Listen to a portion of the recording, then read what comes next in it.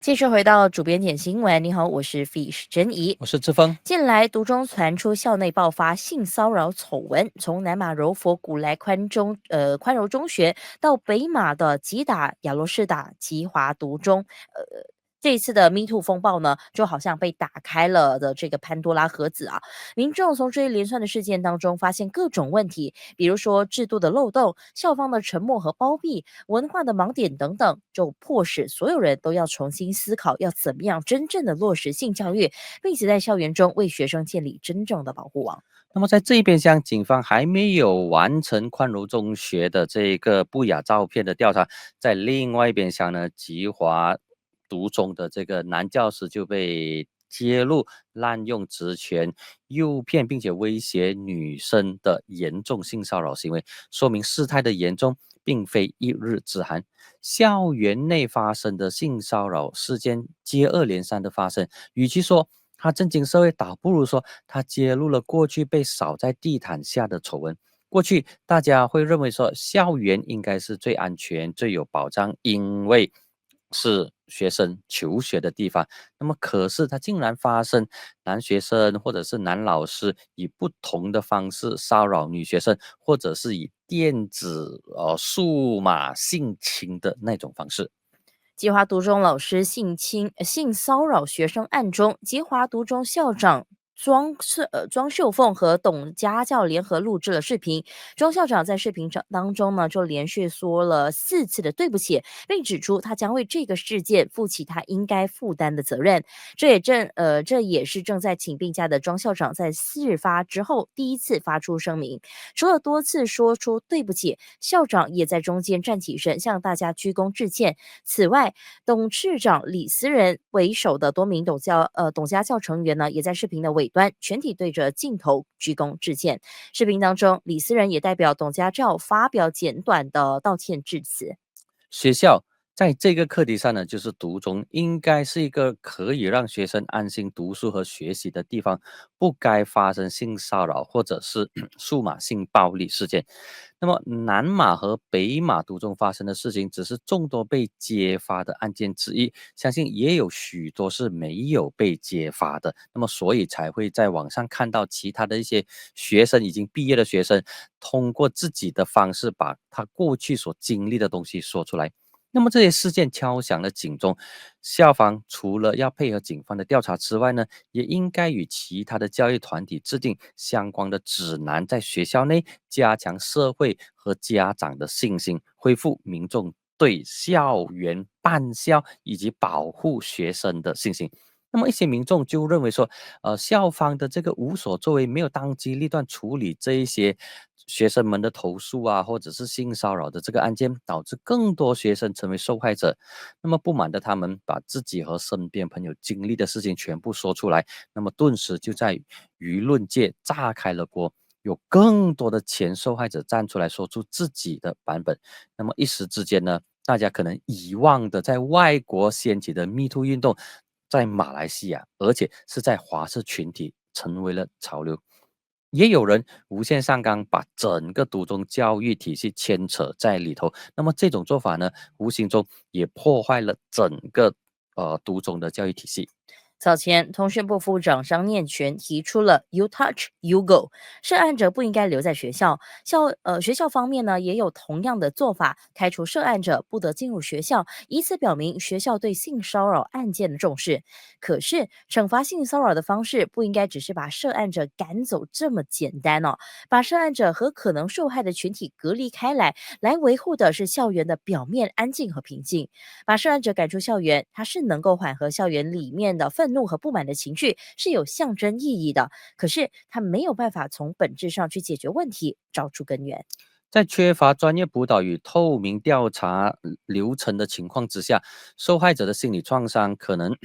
还没有获得很好的处理，旁观者也不是真正明白性骚扰的边界与它的这个后果，反倒可能会加深恐惧还有沉默的文化。那么在一连串的课题当中呢，大家可能开始会思考说，为什么这些事情发生在校园内，而且连续这么久，难道没有人知道吗？为何受害者在事情发生的初期没有把事情说出来呢？为什么忍气吞声？这些沉默背后折射出许多的这些问题，包括教育制度的问题，包括对性别权力结构失衡、缺乏这一方面的认知。那么老师的这个权威不足，没有办法扮演好老师应该要扮演的角色等等。那么也有一些观点认为，要真正解决校园性骚扰的问题，必须回归到教育的本质。我们需要的是一个系统性、具有本地文化、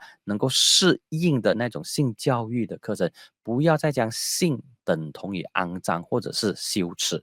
孩子必须要学会识别不当行为，懂得表达不适，敢于拒绝权威。这一切的前提就是家长和教师首先愿意打破沉默，从最初的家庭教育到正规的教育体系，灌输正确的性知识和观念，并且通过正面的引导，让每个孩子都能够认识自我，有意识的培养他们对于语言和肢体动作属于友好又或者是冒犯的边界感。那么，此外，学校也应该设立独立专业的辅导机制，去处理学生们的这些投诉，确保每一位学生在面对他们认为受到骚扰或者是受到侵犯时候呢，能够获得信任以及获得支持。那么，在这个课题上呢，还加插了另外一种复杂的情绪，就是一些热爱华教人士担心说，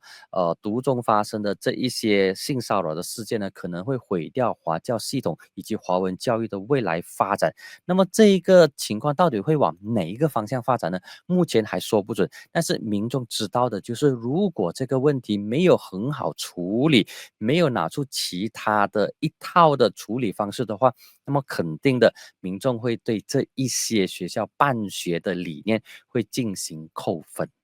第二则新闻先和你聊到这里，先休息一下吧，待会儿回来还有第三则的焦点新闻，不要走开。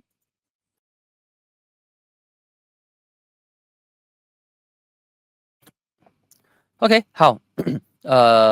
这个第二则的新闻其实蛮多角度可以蛮多角度可以讨论，只是它发展的太过快，而且呢，那把火也烧得很猛嗯很大，也把读中、把华教也是牵扯在里头，然后也把老师、校长跟读中内相关的这些教职人员也牵扯在内。那么如果没有去把这些舆论引导到一个真正的焦点的话呢，嗯。那么它确实会生出很多的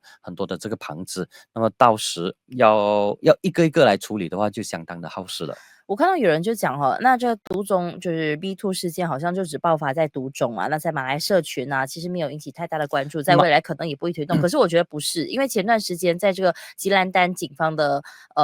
公布的一份报告，其实也引起了马来社群的关注，就是关于到在孩子在家庭里面的这个性教育，尤其是家庭关系要怎么样好好的去传达，要让下一代能够去避免有不正当的家庭关系。这其实在马来社会当中也是有讨论的，甚至在去年的拉远一点来谈，去年的 GISB 也是有敲醒了大家对于可能让孩子提出质疑啊，然后还有性教育这一方面的醒觉，我觉得其实都是有的。然后这边看到常怀切就有问，就如同睡少者保护法令可以用在性骚扰事件吗？我觉得其实简单一点，性骚扰的举报管道，投报管道，如果能够更 solid 一点，是不是可以简单一点呢？嗯，其实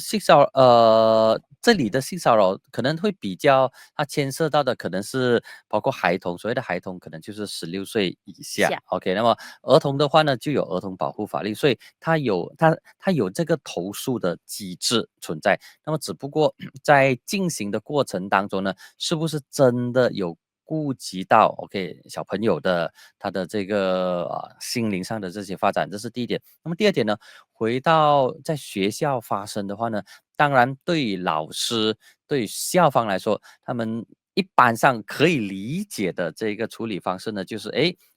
大家叫过来了解看什么事情。那么如果能够 settle 的话，就 settle。OK，当然这个是一般的想法啊。我说的是一般，并不是所有的教师、老师、学校都用这种方式。但是，这个跟传统的文化可能会有一点的这个关系，就会有大事化小，小事化无。那如果每一次大事化小，小事化无的话，那么其实很多大事永远都会是小事，但其实它是大事来的。好啦，回到节目当中来换个 vibe，我们来关注明天的亚裔真令州一起补选喽。